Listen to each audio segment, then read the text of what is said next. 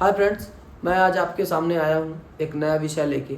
आज हमारा विषय है हिंदुस्तान में हिंदी का अपमान। आपको लगता है कि देश में हिंदी का अपमान होता है? भारत के संविधान में 8वीं अनुसूची में 22 भाषाएं हैं, जिसमें अंग्रेजी का एक भी नामो निशान नहीं है। लेकिन देश में जितनी भी परीक्षाएं होती हैं उन सब में यही लिखा रहता है कि हिंदी और इंग्लिश वर्जन में यदि कोई त्रुटि होती है तो हम हिंदी को नहीं मानेंगे, इंग्लिश को मानेंगे। ये सरासर बेइज्जती है हमारे मातृभाषा की। सबसे ज़्यादा हिंदी भाषी क्षेत्र होने की वजह से कम हिंदी को इतना तो सम्मान मिलना ही चाहिए कि कम से कम उसकी मातृभाषा जो हमारी है उसके साथ इस तरह का अन्याय तो ना हो। मैं आज तक जितने भी एग्ज़ाम दिया हूँ उन सब में यही लिखा रहता है कि हिंदी और इंग्लिश में डिस्प्यूट होने की स्थिति में अंग्रेजी संस्करण मान्य होगा, और अंग्रेजी संस्करण वास्तविकता में भारत के संविधान में कहीं लिखा ही नहीं है। भारतीय संविधान में 22 भाषाओं का उल्लेख है जिनमें से अंग्रेजी नहीं है। ये शॉकिंग होगा आपके लिए, लेकिन मैं बता रहा हूँ कि भारत के संविधान में 22 भाषाओं का उल्लेख है जिनमें से एक अंग्रेजी कदापि नहीं है, लेकिन वर्जन अंग्रेजी ही मान्य होगा। देश में यूपीएससी में सबसे ज़्यादा सिलेक्टेड होने वाले लोग इंग्लिश मीडियम से ही आते हैं। हिंदी मीडियम वालों को तो बेवकूफ़ समझा जाता है। सीसैट की परीक्षाओं में आज वो अच्छे नंबरों से पास होते हैं इंग्लिश मीडियम वाले। हिंदी मीडियम वाले केवल ठेंगा देख के चले आते हैं घर। और तो और हम कोई भी विषय पढ़ते हैं और जब उसका उत्तर लेखन होता है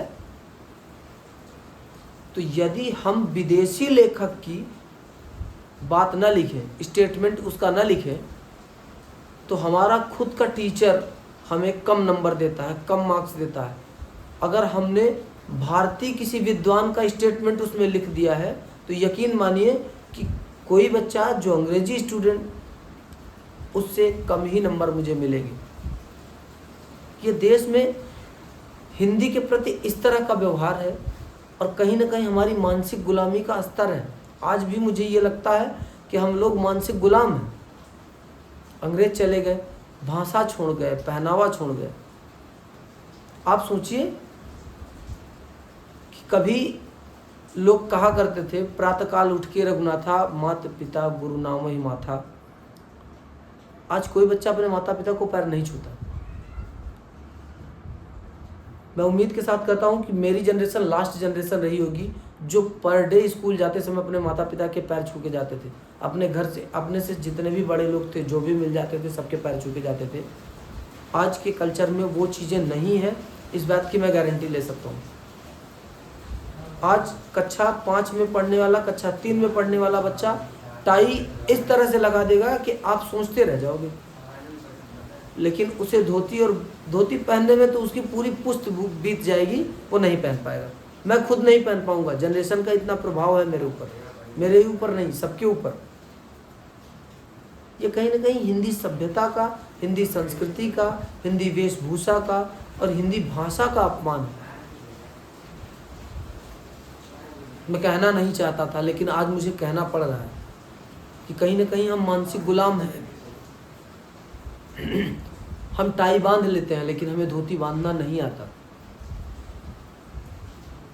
हमें बंगला पैजामा पहनने में शर्म आती है, वहीं कोट पैंट अच्छा लगता है।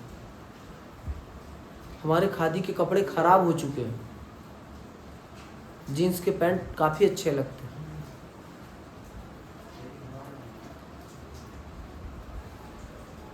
कुछ लोग ये कहेंगे कि ग्लोबलाइजेशन की वजह से वो सारी चीज़ें आम हो चुकी हैं। मैं मानता हूँ सारी चीज़ें आम हो सकती हैं, लेकिन